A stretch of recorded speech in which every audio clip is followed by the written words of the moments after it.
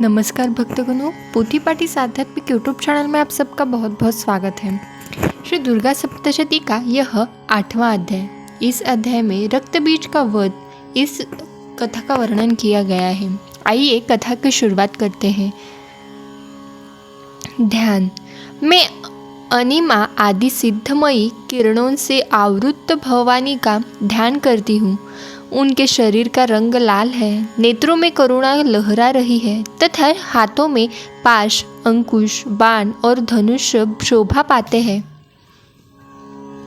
ऋषि कहते हैं, चंड और मुंड नामक दैत्यों के मारे जाने पर तथा बहुत सी सेना का संहार हो जाने पर दैत्यों के राजा प्रतापी शंभु के मन में बड़ा क्रोध हुआ और उसने दैत्यों की संपूर्ण सेना को युद्ध के लिए कुछ करने की आज्ञा दी।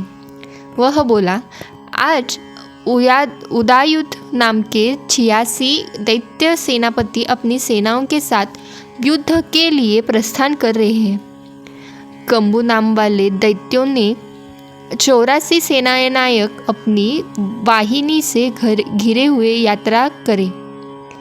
50 कोटिवीर्य कुल से और 100 धौर्म कुल से असुर सेनापति मेरी आज्ञा से सेना सहित कूच करें।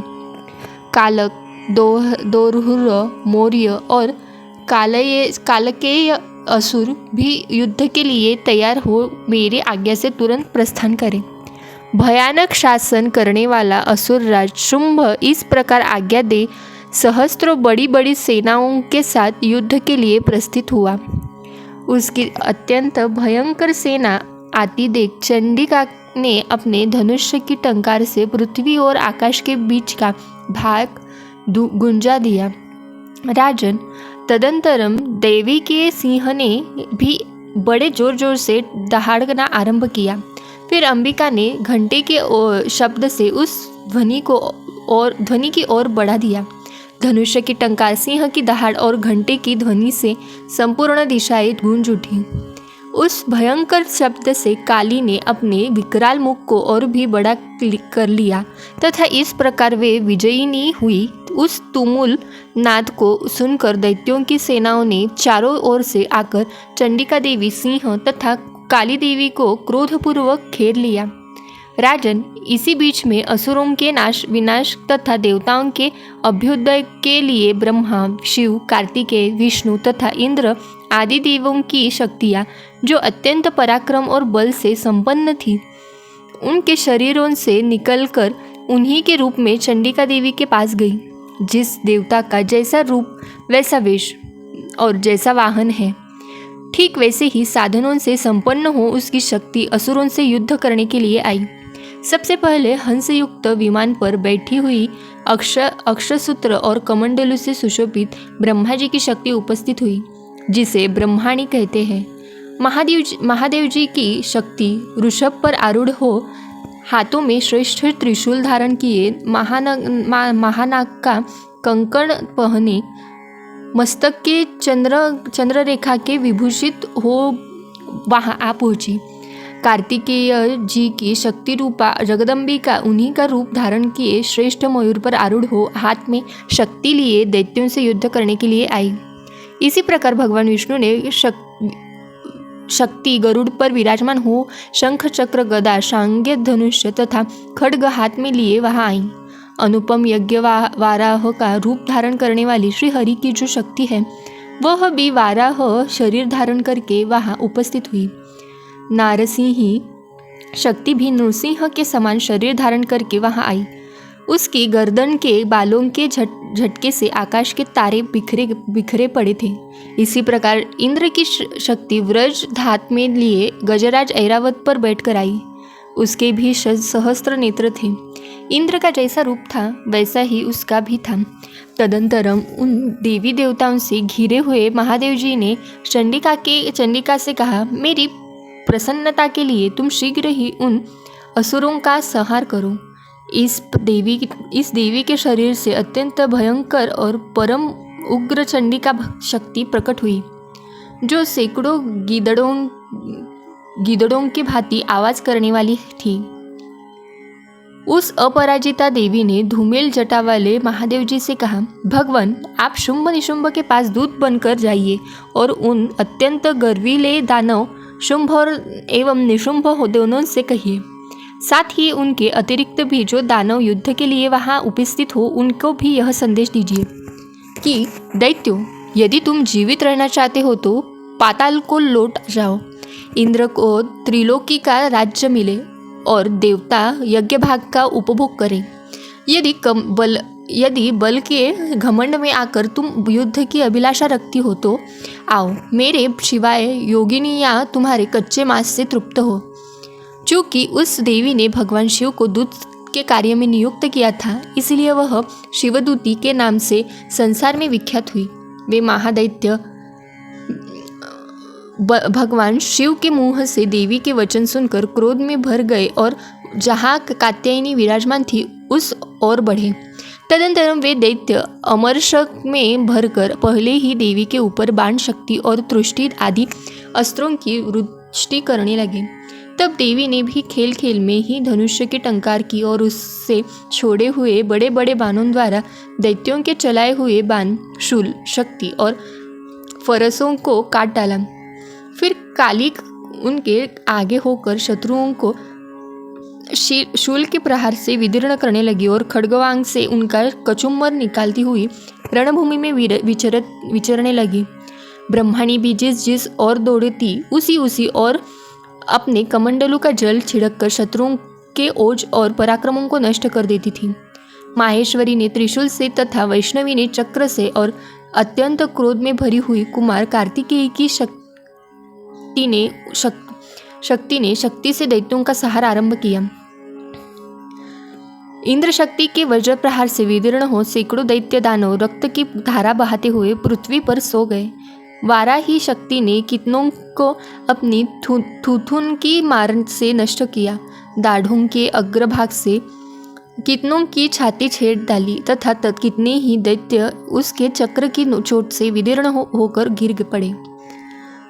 नारसिंही भी दूसरे महादैत्यों को अपने नखों से विदीर्ण करने जाती और सिंहनाद से दिशाओं एवं आकाशों का गुंजाती हुई युद्ध क्षेत्र में विचरने लगी।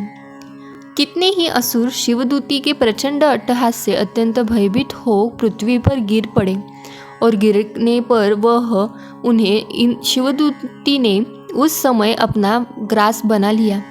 इस प्रकार क्रोध में भरे हुए मातृगणों को नाना प्रकार के उपायों से बड़े बड़े असुरों का मर्दन करते देख दैत्य सेनी का भाग खड़े हुए।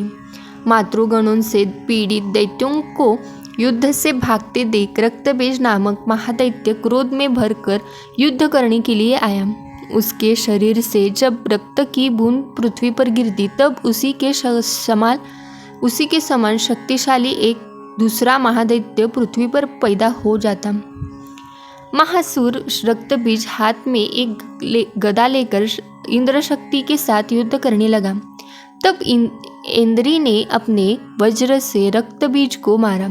वज्र से घायल होने पर उसके शरीर से बहुत सा रक्त चूने लगा। उससे उसी के समान रूप तथा पराक्रम वाले योद्धा उत्पन्न होने लगे। उसके शरीर से रक्तबीज की जितनी बूंदें गिरी उतने ही पुरुष उत्पन्न हो गए। वे सब रक्तबीज के समान ही वीर्यवान, बलवान तथा पराक्रमी थे। वे रक्त से उत्पन्न होने वाले पुरुष भी अत्यंत भयंकर अस्त्र शस्त्रों का प्रहार करते हुए वहां मातृगणों के साथ घोर युद्ध करने लगे।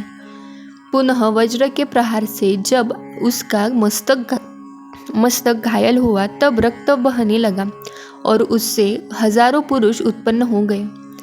वैष्णवी ने युद्ध में रक्तबीज पर चक्र का प्रहार किया तथा इंद्री ने उस दैत्य सेनापति को गदा से चोट पहुंचाई।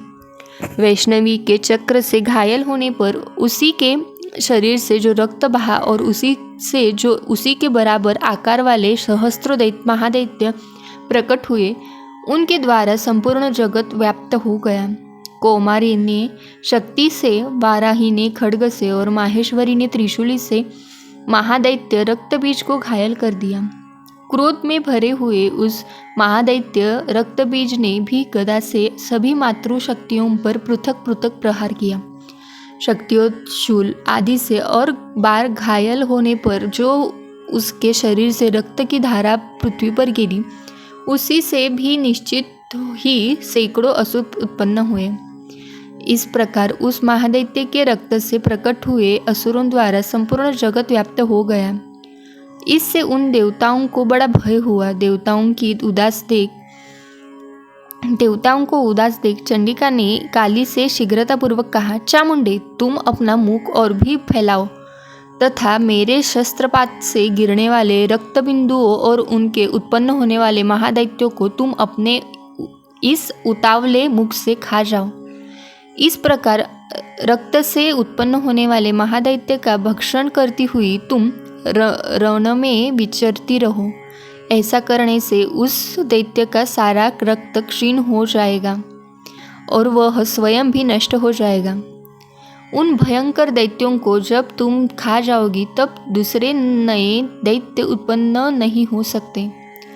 काली से यो कहकर चंडिका देवी ने शूल से रक्तबीज को मारा और काली ने अपने मुख में उसका रक्त ले लिया। तब उसने वहाँ चंडिका पर गदा से प्रहार किया, किंतु उस गदापात ने देवी को तनिक भी वेदना नहीं पहुंचाई। रक्तबीज के घायल शरीर से बहुत सा रक्त गिरा, किंतु जो ही वह गिरा तो ही चामुंडा ने उसे अपने मुख में ले लिया। रक्त गिरने से काली के मुख में जो महादैत्य उत्पन्न हुए उन्हें भी वह चट कर गई और उसने रक्तबीज का रक्त भी पी लिया। तदंतरम देवी ने रक्तबीज को, जिसका रक्त चामुंडा ने पी लिया था, वज्र, बाण, खड्ग तथा रुष्टि आदि से मार डाला। राजन, इस प्रकार शस्त्रों के समुदाय से आहत एवं रक्तहीन हुआ महादैत्य रक्तबीज पृथ्वी पर गिर पड़ा। नरेश्वर, इससे देवताओं को अनुपम हर्ष की प्राप्ति हुई और मातृगण उन असुरों के रक्तपान से मद से उद्धत सा होकर नृत्य करने लगा। इस प्रकार श्री मार्कंडे पुराण सावर्णिक मनवंतरी कथा के अंतर्गत देवी महात्म्य रक्तबीज वध नामक 8वां अध्याय यही पूर्ण हुआ। श्री दुर्गायै नमः।